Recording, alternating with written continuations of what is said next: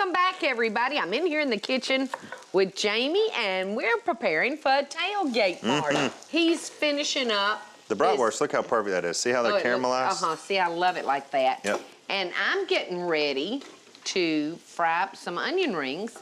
So, Jamie, you know when you're doing onion rings, it's just like when you're doing French fries. How many onions you need depends on how many people you're trying to feed. So I'm just cutting my onions, and I'm cutting these kind of on the thin side. They're almost gonna be like shoestring onion rings.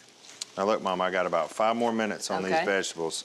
And I'm gonna take these brats that we've been cooking in this beer, and I'm gonna transfer them over so I can brown the outsides, and I'm just gonna finish it all together. You smell the beer coming off the bratwurst? Yes. With those vegetables cooking? It smells heavenly.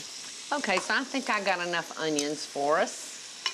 Now, I'm just gonna kind of do these apart, and then I'm gonna toss our onion rings with just a little seasoning salt that I bought from the store. And our onions are a little bit damp just from the natural juices of them. So hopefully that flour is gonna stick to them real, real good. Look, I'm covering up the brats with these peppers so that sweet flavor will get on there. Love it. You know, simple and delicious. You need a couple cups of flour? Yeah, I'm gonna just take a couple of, maybe a cup and a half of flour, and I'm just gonna toss our onion rings that I've seasoned into our flour. I like them dry like this instead of a thick batter. This is how I like my fried green tomatoes too, instead of a real crusty batter. Yeah, you know, if you like that thick batter, then I'd do it in buttermilk first, you know, something wet to make the flour stick. I like the light dusting. Okay, here we go.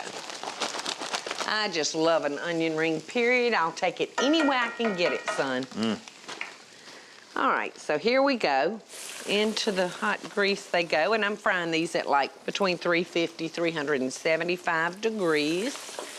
I'm gonna put your sauce in this pretty dish for our onion rings. Okay, and our sauce was so easy, y'all. It was just mayonnaise and a chili sauce, about a teaspoon of chili powder, and about 1/8 a teaspoon of cayenne pepper to give it just a little bit of heat.